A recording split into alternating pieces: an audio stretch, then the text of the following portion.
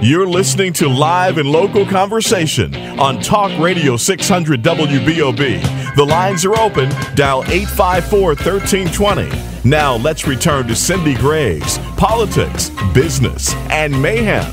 And mayhem is the subject of this segment. Again, we're talking about voter fraud with a woman who knows just a bit about voter fraud.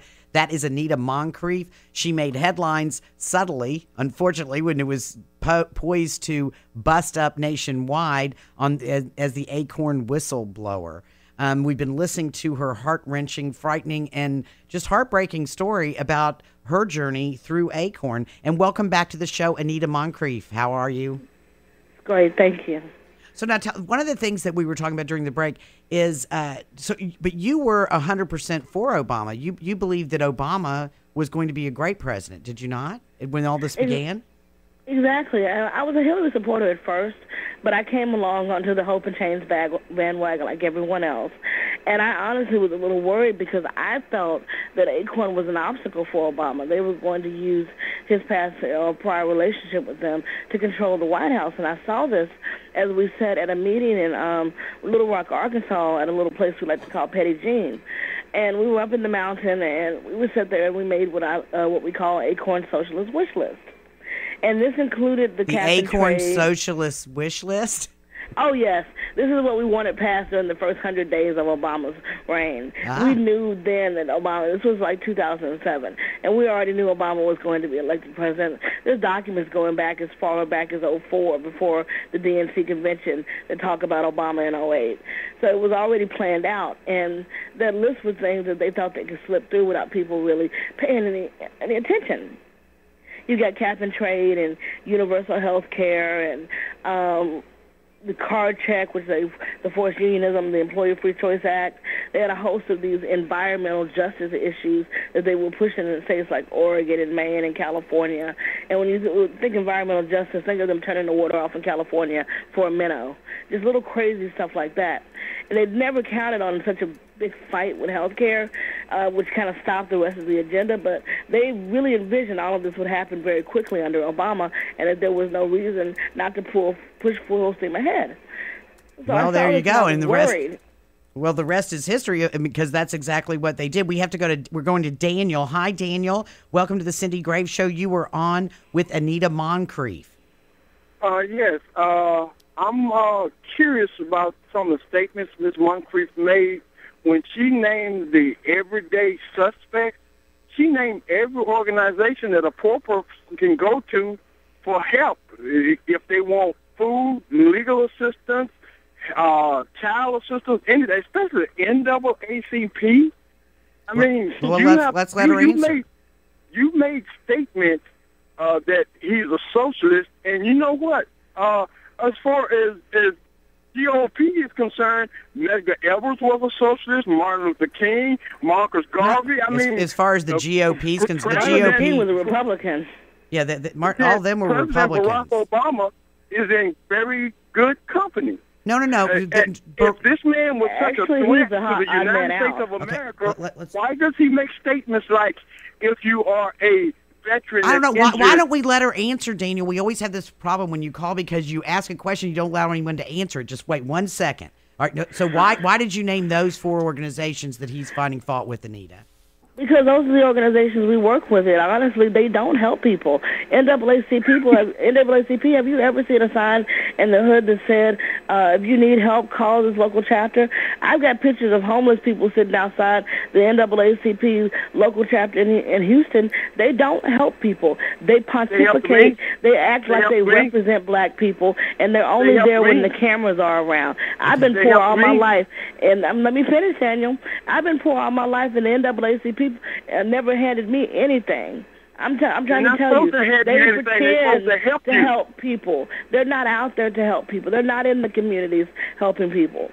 The churches are helping people. When is it my Other turn? groups are out there doing more. You got 30 seconds, Daniel. Go.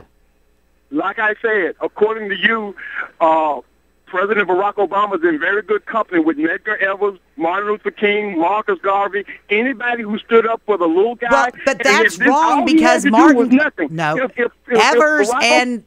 and Martin Luther King were Republicans, my friend. Check your history. If they had been Democrats, they would have been lynched. No offense. What? Democrats were the people that did that were the people behind the lynching in the Civil Rights Act. All Barack Obama had to do to ruin this country, to make it be a socialist country, was to do nothing. When you act like the sun was shining, everything was going along lovely before Barack Obama took the oath. No. This country was you had the Democrats in office since 2006. When he stepped into that office. Well, all he had to do was nothing. If he did nothing, if he didn't pass anything, if he didn't take care of women, if he didn't pass Betty's Law, if he didn't make sure that credit cards can go up to 28% overnight, we would have went down. Well, thank you. We appreciate your passion as always, Daniel. We're going to go to Alvin. Hi, Alvin. How are you? Give us your question really quick. Oh, wow. Yeah, Ms. Moncrief. Yes. You are right, 100%. I've been active 40 years now. Groups like the SCLC, NAACP, and Urban League are leftist groups. And 9 times out of 10, if I sent a black male over there for help, they would not get help. Exactly. Wow. They're just there when the TV cameras are there.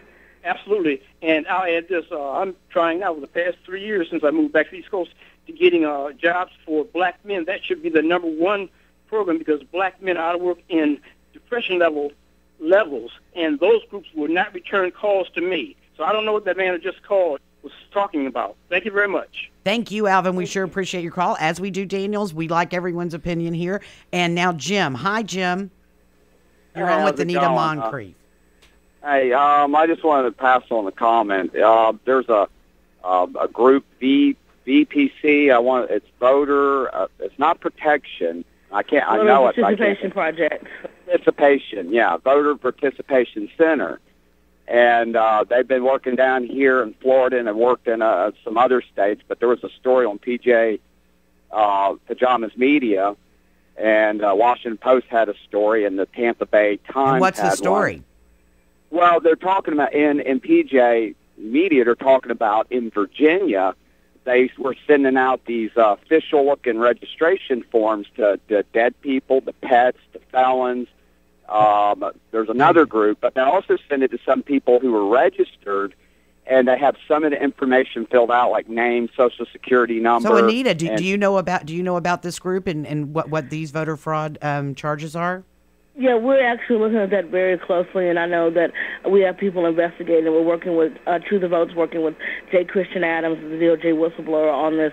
He runs the Election Law Center, and we know some of the people that are involved with this group, and it appears to once again be the usual suspects, but we're not sure what the motives were, especially because it was done so sloppily to where it was brought a lot of attention to it very quickly.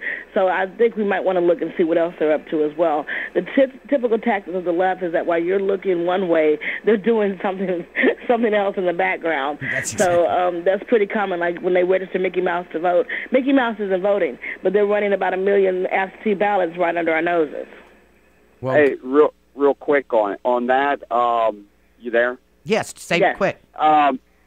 They're sending cards. These cards got the Virginia State Board of Elections. They have all the address correct except the zip code. And when you follow the zip code, it goes to a park, and then there's a post office nearby, and they have a post office box in that post office, and the cards are going there, and the people are filling it out. Thank you, Jim. The lines are lighting up. We appreciate you. Yeah. Thank you so much. And now we're going to Rice real quickly on line 2. Hi, Rice. What you got? You're on with Anita Moncrief. Martin Luther King was Republican. And also, the groups that she's exposing, their leadership have been Uncle Toms for the white leftist elite who do not care anything about anyone else but their own prosperity and riches and not the people. That's what I have to say. Thank you, Rice. What do you say to that, Anita? I say he's correct. Ben Jealous and the rest of them, all they like to do is to make sure that they can raise their profile and be known as so-called black leaders. The real black leaders are the ones that are in the communities every day working with the people and the ones that the people trust. If you want to find out who those leaders are, go ask the local crackhead. Go ask the local prostitute who brings them condoms and food and things like that, and they'll tell you it's not the NAACP. Well, there you go. So is there rampant fraud throughout America in voting? Yes, there is, and unfortunately, most people don't realize it. The left causes the myths of voter fraud because it's really hard to prosecute. In most cases, like in Nevada, they spent 6 months prosecuting ACORN, the organization. ACORN pleaded guilty, and the leader, Amy Boosfink, got a slap on the wrist. She got 6 months probation, and now she's running Project Vote's voter registration drive across the country. Oh, my gosh. Yes, we have to make the laws tougher. If we don't make the laws tougher, there's no incentive to prosecute voter fraud. Well, if you make the laws tougher, Anita, my friend, then the DOJ jumps on you and says that you're somehow disenfranchising people. It's ridiculous. Will you come back and talk to us? This has been the most fascinating show that I've ever done. Will you come back? Cindy, you're my girl. Anytime you want me, I will be here. Well, we're going to get you all around Florida, and we're going to start talking about this more. I think that you ought to be the poster child for our governor, Governor Rick Scott. Anita Moncrief, you are fabulous. I certainly do appreciate it. I want to talk to you more about getting out the vote among minorities and so forth, but I'm out of time, so I'm going to call you and we'll reschedule, get you back on. Thank you. Thank you. Bye-bye. There you had it, Anita Moncrief. She is fabulous. She is one of the bravest, strongest women that I know. I certainly do appreciate being in the company of strong women. We're going to come back and talk about a strong... For more great interviews like this, make sure to tune into The Cindy Graves Show every weekday at noon on Talk Radio 600 WBOB.